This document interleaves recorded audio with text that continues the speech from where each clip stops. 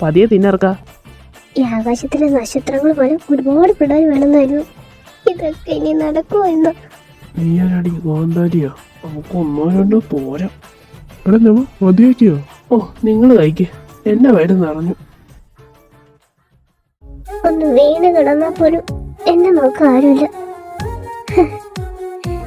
അയാൾക്കിതൊന്നും അറിയണ്ടല്ലോ.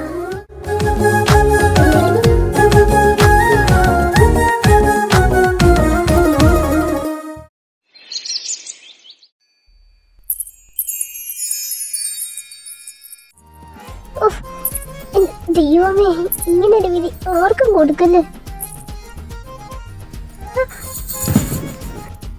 പ്രൊഫസറെ നന്നായി വരും.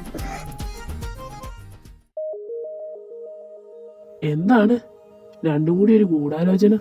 ആ എണീച്ചോ? നിന്നെ കുറിച്ച് തന്നെ നിനക്കൊരു കല്യാണമൊക്കെ വേണ്ടേ? വയസ്സ് എന്നായെന്ന വിചാരം? സീമമ്മ, എനിക്ക് മംഗലയോഗമില്ല, പിന്നെ ഞാൻ എങ്ങനെ കല്യാണം കഴിക്കും? പിന്നെ ഞാനൊരു ബ്രഹ്മചരിയാണ്. ബ്രഹ്മചരികൾ ആരും കല്യാണം കഴിച്ചുകൂടാന്നാ. അങ്ങനെയുള്ള ഞാൻ എങ്ങനെ കല്യാണം കഴിക്കും? ആ നീ പണ്ടാ ജോത്സ്യം പറഞ്ഞത് ഇപ്പോഴും വിശ്വസിച്ചോണ്ടിരിക്കുക? എടാ അങ്ങനെ ഒരു ഊടായിപ്പോടാ. നിന്റെ അമ്മയല്ലേടാ അതൊക്കെ വിശ്വസിക്കൂ? ഏയ് അതൊന്നുമല്ല അച്ഛാ, എനിക്ക് അങ്ങനെ ആരോടും ഒരു ഫീലിങ്സും തോന്നിയിട്ടില്ല. ഇനി ഇട്ട് തോന്നാനും പോണില്ല. എനിക്ക് ഇങ്ങനെ അടിച്ചു പൊളിച്ച് സിംഗിളായിട്ട് ജീവിക്കുന്ന ഇഷ്ടം.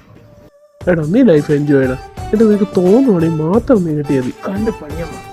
ഞാനൊന്നും പറയുന്നില്ലേ, നിങ്ങൾ അപ്പനും മോനും എന്താന്ന് വെച്ചേ. വേണമെങ്കിൽ പോവാതെടോ.